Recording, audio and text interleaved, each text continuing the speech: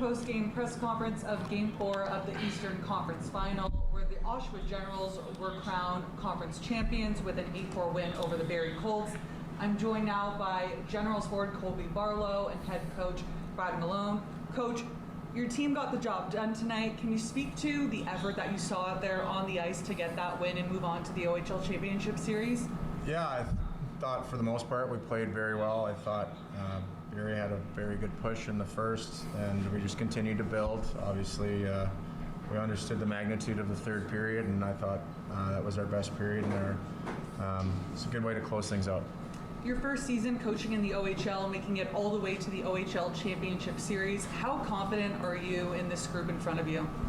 I'm very confident. The only thing I'd say is I wish I was playing with them. So it's been a pleasure to be back there behind the bench and work with them every day. It's been a lot of fun. Colby, making it to the OHL Championship Series, how special was tonight's win for you? Yeah, pretty special. I mean, every single guy in that room, they dug deep, they played hard. I'm just so proud of everybody, and the way we won that was pretty special. You lead the OHL playoffs in points. How do you build on that momentum as you prepare to face a tough opponent in the London Knights? Yeah, I just think every day's a new day. Enjoy this and then move on all business, and just to continue to play hard, play physical, play a 200-foot game, and the rest will come. Colby, you came to Oshawa and you hadn't won a playoff series yet. Your team finishes in fourth in the Eastern Conference, and then a couple tough opponents through the course of the year everybody could have predicted as a potential Eastern Conference final. How much has that battle-testedness prepared you guys moving forward now that you're through the Eastern Conference? Yeah, we played 3 great teams. They're all hard series. Just like there's so much experience in that room, guys helping the other guys who haven't been in those situations before, and there's a lot of leadership in there, which is special to have, and it's a special group of guys. Is there a specific message or a specific conversation that happened in between the second and the third to get you guys prepared for 3 goals in 5 minutes and 13 seconds to start the final frame? Like I just said, there's so much experience and leadership in that room. It was a clean slate for 20 minutes. It was a 20-minute hockey game, and all the guys put everything on the line and got the job done. Coach, when you get it from your stars in this game, Beckett Seneca with 4 assists, Colby with a big power play goal, Callum Ritchie a goal and an assist, and Luca Morelli with a goal and 4 assists on a 5-point night. How important is that when, like Colby said, those guys leading from the front? Yeah, it's key this time of year. They've been doing it all year, really stringing together some consistency and some togetherness. Thought power play has been huge for us. Our 5-on-5 play has been great, and like you touched on, it's hard to name them all because there's so many of them right now, kind of pulling all in the same direction. So super proud of everybody. A lot of those guys, or these guys, it's their last year in this league. So for them to have an opportunity to do what we're going to do is, I'm very happy for them. It's a great experience, and still a lot to learn and still a lot to do.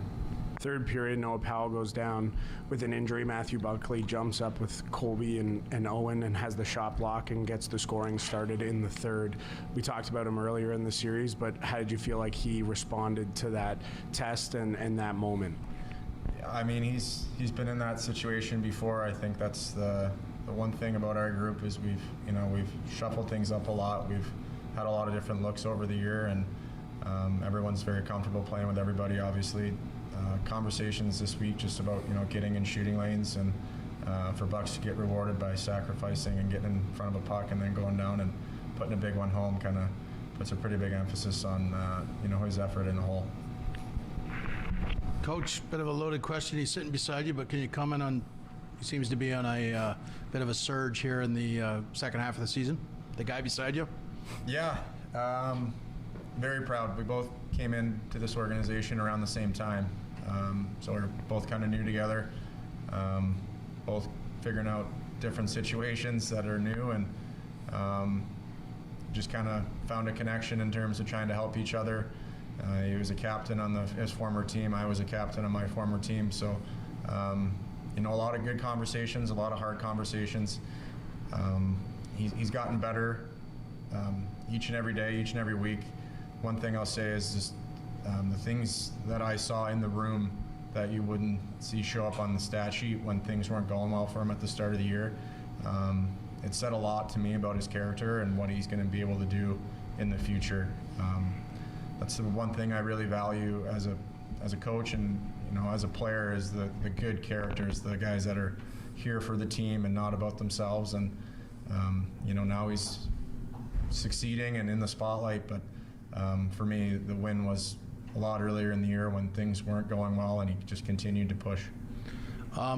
For us that don't see you guys as much as people that are based in Oshawa or around Oshawa, you guys are a really deep team. I mean, you've kind of answered this already about, in reference to leadership, but I'm talking purely by talent. Like, it's pretty unusual how many high-end players that maybe someday you could see playing in the NHL for 8, 10, 12 years. Would you agree that it's quite a unique situation here? It's very unique.